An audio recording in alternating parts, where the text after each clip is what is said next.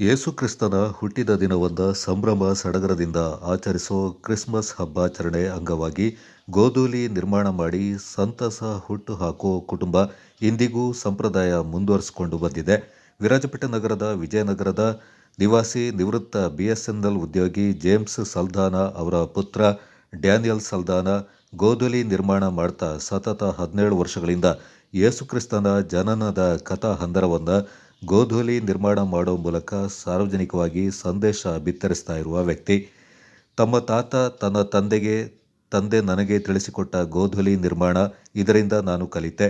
ಗೋಧೂಲಿ ನಿರ್ಮಾಣಕ್ಕೆ ಮುಖ್ಯವಾಗಿ ಕೇಂದ್ರೀಕೃತ ಮನಸ್ಸು ಬೇಕು. ಸಂಯಮ, ಶ್ರದ್ಧೆ, ಆಸಕ್ತಿ ಮತ್ತು ದೇವರಲ್ಲಿ ಅಚಲವಾದ ನಂಬಿಕೆ ಮುಖ್ಯ.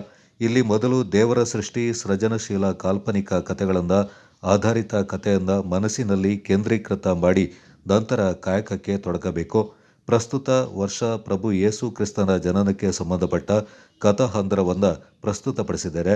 ಹಗಲು ರಾತ್ರಿ ಎನ್ನದೇ 1 ವಾರಗಳ ಕಾಲ ಕಠಿಣ ಪರಿಶ್ರಮದಿಂದ ಯಾರ ಸಹಾಯವಿಲ್ಲದೆ ಗೋಧೂಲಿ ನಿರ್ಮಾಣ ಮಾಡಿದ್ದೇನೆ. ಸುಮಾರು 10 ರಿಂದ 15 ಸಾವಿರ ರೂಪಾಯಿವರೆಗೆ ಖರ್ಚಾಗುತ್ತೆ.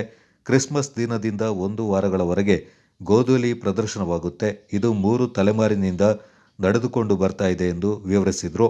ಡ್ಯಾನಿಯಲ್ ಸಂತ ಅನ್ನಮ್ಮ ಕ್ರೈಸ್ತ ಸ್ನೇಹಿತರ ಸಂಘ ವಿರಾಜಪೇಟೆ ಅಧ್ಯಕ್ಷರಾಗಿ ಮತ್ತು ಕೊಡಗು ರೋಮನ್ ಕ್ಯಾಥೋಲಿಕ್ ಅಸೋಸಿಯೇಷನ್ ಉಪಾಧ್ಯಕ್ಷರಾಗಿ ಸೇವೆ ಸಲ್ಲಿಸ್ತಾ ಇದ್ದಾರೆ.